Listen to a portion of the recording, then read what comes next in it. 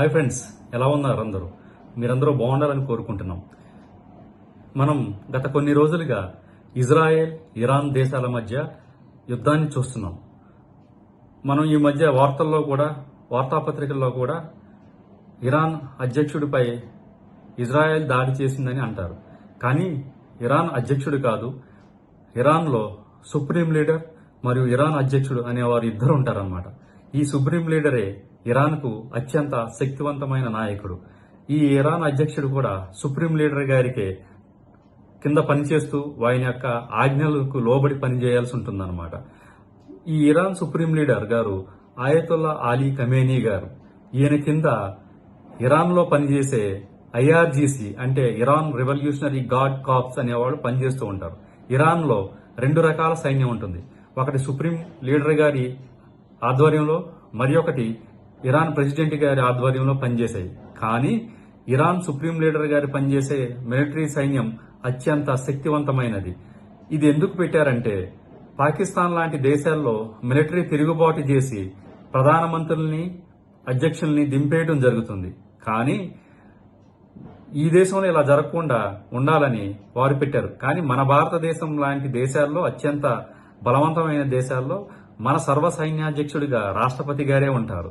మన సైన్యాధ్యక్షుడు ఎప్పుడు కూడా తిరుగుబాటు చేయడం జరగదు. ఎందుకంటే రాష్ట్రపతి గారే సర్వ సైన్యాధ్యక్షుడు, సుప్రీం కమాండర్ ఆఫ్ ఇండియాగా ఉంటారు. సో అందువలన ఇరాన్లో కూడా 2 మిలిటరీలు ఉంటాయన్నమాట. ఈ ఇరానియన్ రెవల్యూషనరీ గార్డ్స్ అనేది ఇరాన్ దేశంలో చాలా కార్యకలాపాలు చేస్తూ ఉంటుంది. అది ప్రాజెక్టులు కట్టడం మరియు ఇతర ఆర్థిక కార్యకలాపాలలో అది పాల్గొనడం జరుగుతుంది.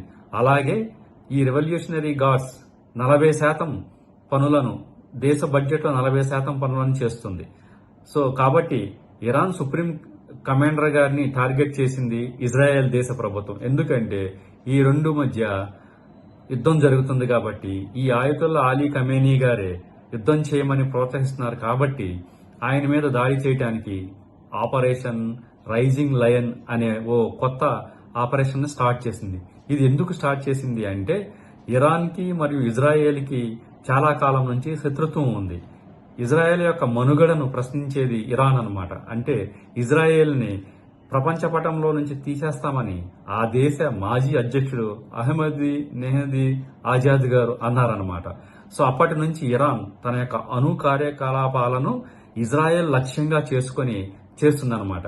అయితే ఇజ్రాయెల్ ఈ ముప్పును ఎప్పటి నుంచో గమనించి ఇరాన్ యొక్క అణు కార్యక్రమాలపై దాడి చేసి వారి యొక్క ఇరాన్ యొక్క అణు రియాక్టర్లను కూల్చివేస్తుందన్నమాట. సో అలాగే ఇరాన్ తయారు చేసే మిసైల్ టెక్నాలజీ కానీ, డ్రోన్లు కానీ ఎప్పటికప్పుడు తెలుసుకొని వాటిని పరిశీలించి ఆ దేశం మీద దాడి చేసి వాటిని నేలమట్టం చేస్తుంది. ఎందుకంటే వారు ఇజ్రాయెల్ దేశ ప్రజలను ప్రపంచ పటంలో నుంచి లేకుండా చేసేద్దామని వారు ఎప్పటి నుంచో అనుకుంటున్నారన్నమాట. సో ఇటువంటి యుద్ధాలు అనేవి జరగకుండా ఉంటేనే మంచిది. ఈ యుద్ధాలు జరగడం వలన ఆ దేశంలో కానీ ఈ దేశంలో కానీ సామాన్య ప్రజలకు చాలా ఇబ్బంది ఉంటుంది. ఎప్పుడైనా యుద్ధాలు జరిగినప్పుడు ఆ దేశ బడ్జెట్ మీద తీవ్ర ప్రభావం చూపుతుంది. ప్రజలకు కల్పించాల్సిన సౌకర్యాలు కల్పించలేకపోతూ ఉంటారు.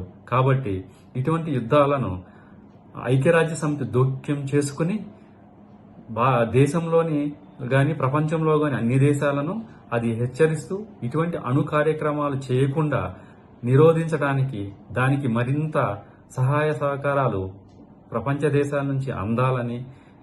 సో యుద్ధం అనేది ఎప్పటికీ కూడా ఆర్థిక పరిస్థితిని దెబ్బతీస్తుంది కాబట్టి ఇరాన్, ఇజ్రాయెల్ దేశాల మధ్య యుద్ధం తగ్గిపోయి వారు గాని వారి దేశ ప్రజలు గాని సుఖశాంతులతో ఉండాలని మనం ప్రార్థిద్దాం ఫ్రెండ్స్. ఈ కంటెంట్ నచ్చినట్టయితే మీరు ఈ ఛానల్ని సబ్స్క్రైబ్ చేసుకోండి.